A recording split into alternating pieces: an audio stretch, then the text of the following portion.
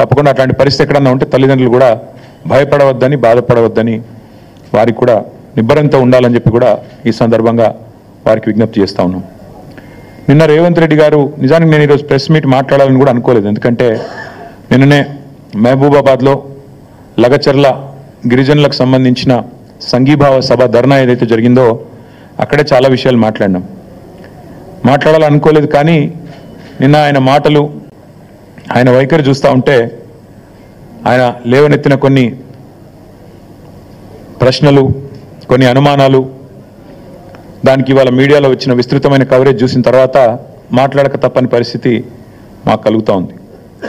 ఎట్లా ఉంది ఈరోజు అంటే నిజంగా చూస్తూ ఉంటే ఆయన ప్రెస్ మీట్ చూస్తే అసహనము, ఫ్రస్ట్రేషను, ఒక నిస్పృహ, అంటే నేను వెనక్కి తగ్గాల్సి వచ్చింది అనే ఒక ఈగోయిజము, రాహుల్ గాంధీతో తిట్లు పడ్డ తర్వాత, ఢిల్లీకి వెళ్ళి మొట్టికాయలు పడ్డ తర్వాత సహజంగానే ఉండే కోపం అవన్నీ వెలకెక్కి నన్ను కూడా పర్సనల్గా నానా బూతులు తిట్టినాడు.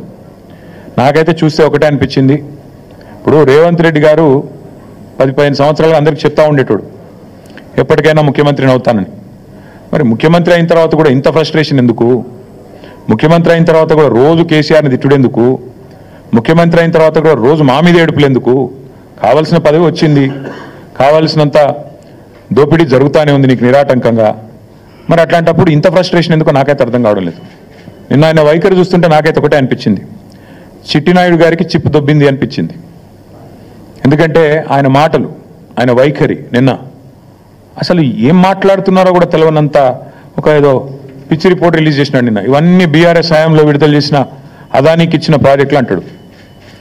అరే ఎంత మూర్ఖత్వం అంటే, దీనికి నాకు ఏం చెప్పాలో కూడా అర్థం కావట్లేదు. ఎంత మూర్ఖత్వం అంటే, ఇందులో నేషనల్ హైవే ప్రాజెక్టులు, జాతీయ రహదారుల ప్రాజెక్టులు బీఆర్ఎస్ ప్రభుత్వం ఇచ్చిందంటాడు. ఈయన మొన్నటిదాకా ఎంపీగా పనిచేసిండు. జాతీయ రహదారుల ప్రాజెక్టులు రాష్ట్ర ప్రభుత్వం ఇస్తుందండి ఎక్కడన్నా? మరి గడ్కరీ గారు ఇక్కడ పనిచేస్తుండా, అక్కడ పనిచేస్తుండా? ఈయన మొన్నటిదాకా అక్కడున్నాడా, ఇక్కడున్నాడా? అసలు ఈరోజు ఎక్కడున్నాడు? మాకే అర్థం కావట్లేదు. అంటే ఇంత మూర్ఖంగా, ఇంత మొండిగా ప్రజల యొక్క తెలివితేటల్ని తక్కువ అంచనా వేసి నోటికొచ్చినట్టు వాగుతాను. మంత్రిత్వ శాఖ జాతీయ ఉపరితల రవాణా అంటే నేషనల్ సర్ఫేస్ ట్రాన్స్పోర్ట్, గడ్కరీ గారు మంత్రి. ఆయన డిపార్ట్మెంట్ టెండర్లు పిలిచి అందులో అదానికి దేశమంతా వర్కులు వచ్చినాయి, ఈడొచ్చినాయి. అది మాకు అంటగడతానంటే ప్రజలు పిచ్చివాళ్ళు కాదు. ఇవాళ మా జర్నలిస్టు మిత్రులకు కూడా అన్నీ తెలుసు. ఏదో నువ్వు చెప్తున్నావు కాబట్టి వింటున్నారు. కానీ నిజానికైతే అప్పుడే ప్రశ్నించాలా మీరు కూడా, సార్ అవి జాతీయ రహదారులు కదా అని. అడగలేదు ఎవరు, కాబట్టి ఇప్పుడు నేను చెప్తున్నా. రెండవది రక్షణ శాఖకు సంబంధించి అసలు మాకు చాలా ఆశ్చర్యంగా ఉంది. రక్షణ శాఖ రాష్ట్ర ప్రభుత్వ ఆధీనంలో ఉంటుందండి. రాజ్నాథ్ సింగ్ గారు ఏం చేస్తున్నారు మరిగా?